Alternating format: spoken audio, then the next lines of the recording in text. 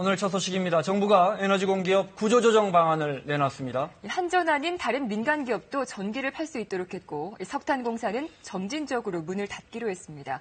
경제부 우한울 기자와 자세한 이야기 나눠보겠습니다. 어서 오세요. 어서 오세요. 자, 정부가 오래전부터 이제 공기업 구조조정 방안을 준비해 왔죠. 맥락은 어떤 겁니까? 네, 그 박근혜 정부 핵심 개혁 정책이라고 하면 공공, 금융, 교육, 노동 이 4개 분야지 않습니까? 이른바 4대 개혁이라고 불리는데요. 네. 이 가운데 그 공공 분야 개혁 과제의 핵심 대책이 나왔다 이렇게 보시면 되겠습니다. 좀 더 구체적으로는 에너지 환경, 교육 관련 29개 공공기관을 상대로 한 기능 조정 방안이 확정된 건데요. 오늘 대책이 발표된 공공기관장 워크숍은 박근혜 대통령이 직접 주재를 했고요.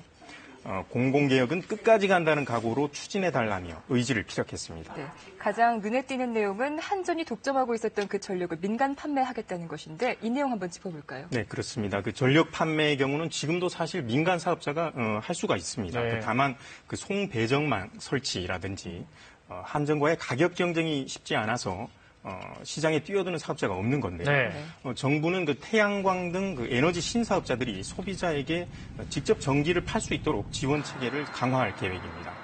그 한전의 독과점이 깨지면 그 사회적 편익이 증대될 것이다 이렇게 보고 있는 건데요. 예컨대 이런 것도 생각해 볼 수 있는데요. 그 인터넷이나 케이블 방송 서비스와 전력이 하나의 묶음 상품으로 출시된다고 하는 것인데요. 네. 이렇게 되면 소비자 선택이 넓어진다는 것이죠.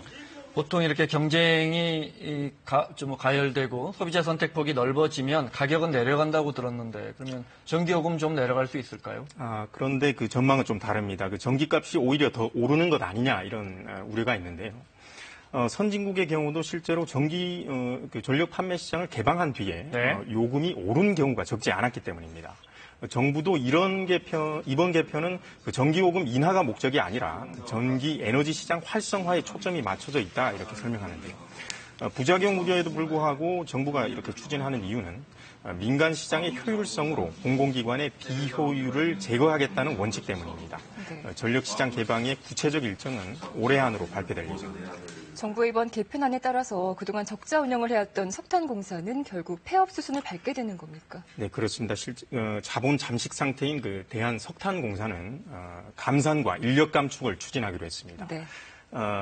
정부는 그 폐업, 폐광 이런 단어들을 1,300여 명의 탄광 근로자들을 의식해서 피했는데요. 하지만 그 생산을 줄이고 신규 인력을 뽑지 않는다는 거기 때문에 사실상 폐업 수순으로 해석됩니다. 네. 석탄공사 부채는 그 지난해 말 1조 6천억 원에 이르고요. 정부가 매년 이자 비용을 포함해서 800억여 원을 보전해주고 있습니다. 그 정부는 재정의 부담이 커져서 구조조정이 불가피하다고 판단했습니다. 그 연탄과 석탄 가격도 올려서 수요도 줄여나갈 계획인데요.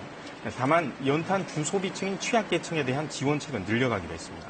이 밖에 정부는 석유, 광물자원공사, 가스공사 등이 벌였던 그 해외 자원개발 사업의 조직 인력을 대폭 축소하기로 하는 등 모두 29개 공공기관들의 기능을 조정할 계획입니다.